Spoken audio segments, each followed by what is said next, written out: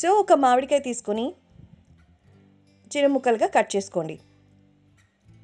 So ఈ మామిడికాయని చెక్కు తీసుకోవాలి.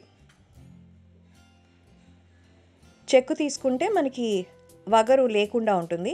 Taste అనేది మనకి పుల్ల పుల్లగా బాగా వస్తుంది. ఓకేనా? సో మ్యాంగో ముక్కల్ని బాగా కట్ చేసుకోవాలి, అంటే పెద్ద ముక్కలుగా. మనకి మామూలుగా మామిడికాయ ముక్కలతో పప్పులు ఎలా చేసుకుంటామో లేదా సాంబార్ ఎలా చేసుకుంటామో ఆ టైప్లో మనకి కట్ చేసుకోవాలి.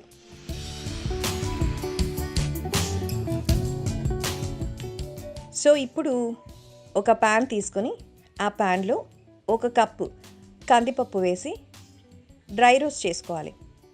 ఎందుకంటే ఇలా డ్రై రోస్ట్ చేసుకోవటం వల్ల మంచి టేస్ట్ వస్తుంది. ఇదొక టిప్ అన్నమాట.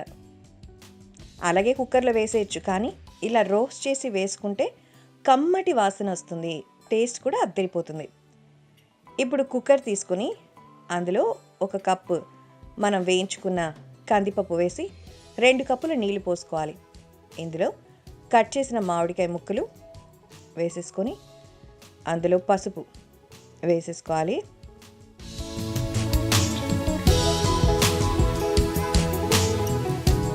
సో ఒక 5 విజిల్లు వచ్చే వరకు మనం కుక్కర్ మూత పెట్టి ఉడికించుకోవాలి.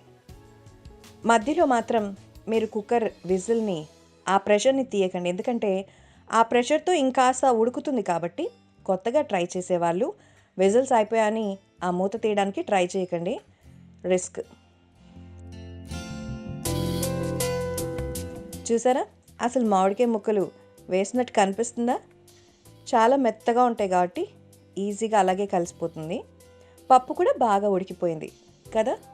ఇప్పుడు గుమగుమలాడిపోయి పుల్లటి వాసన వస్తుంది తెలుసా.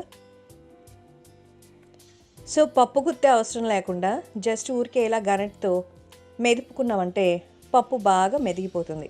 మీకు ఓపిక ఉంటే పప్పు గుత్తితో మెదుపుకోండి. సో మెదుపుకున్న తర్వాత పక్కన పెట్టేసుకుని ఇప్పుడు ఒక ఫ్రైయింగ్ ప్యాన్ తీసుకుని కొద్దిగా ఆయిల్ వేసుకోవాలి.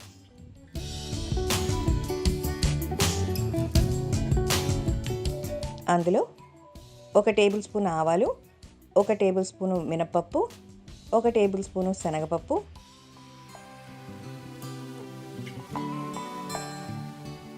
1 టేబుల్ స్పూను జీలకర్ర వేయించుకోవాలి.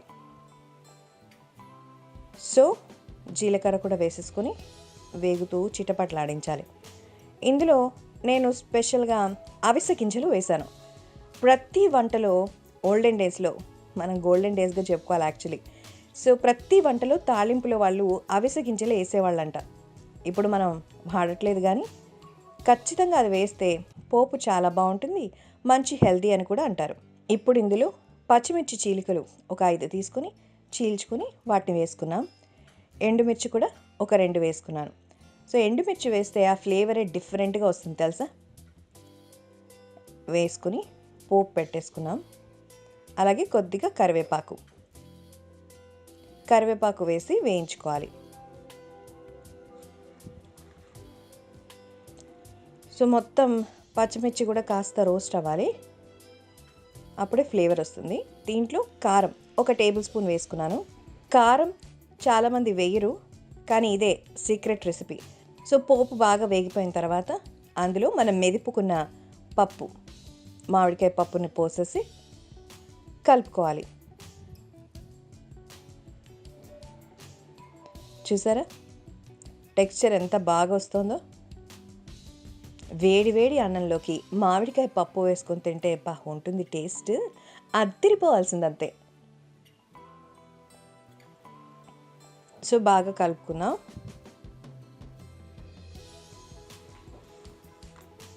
ఇప్పుడు తగినంత ఉప్పు వేసుకొని మ్యాక్సిమం 1 టేబుల్ స్పూన్ వేసుకొని బాగా కలుపుకోవాలి. ఒక 2 నిమిషాలు ఉడికించుకుంటే తయారైపోతుంది వేడి వేడి గుమగుమలాడే మామిడికాయ పప్పు మీకోసం తయారు. ఎంత బాగుందో కదా. అసలు ఉత్తపప్పునే లాగించాలన్నంత కమ్మటి వాసన, అద్భుతమైనటువంటి ఫ్లేవర్ అంతా కలిసి చూడు చక్కటి మ్యాంగో పప్పు మీకోసం. తప్పకుండా నా రెసిపీని ట్రై చేస్తారు కదా. Thank you so much for watching.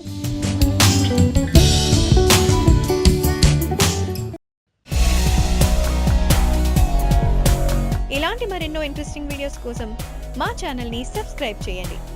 See you on next video.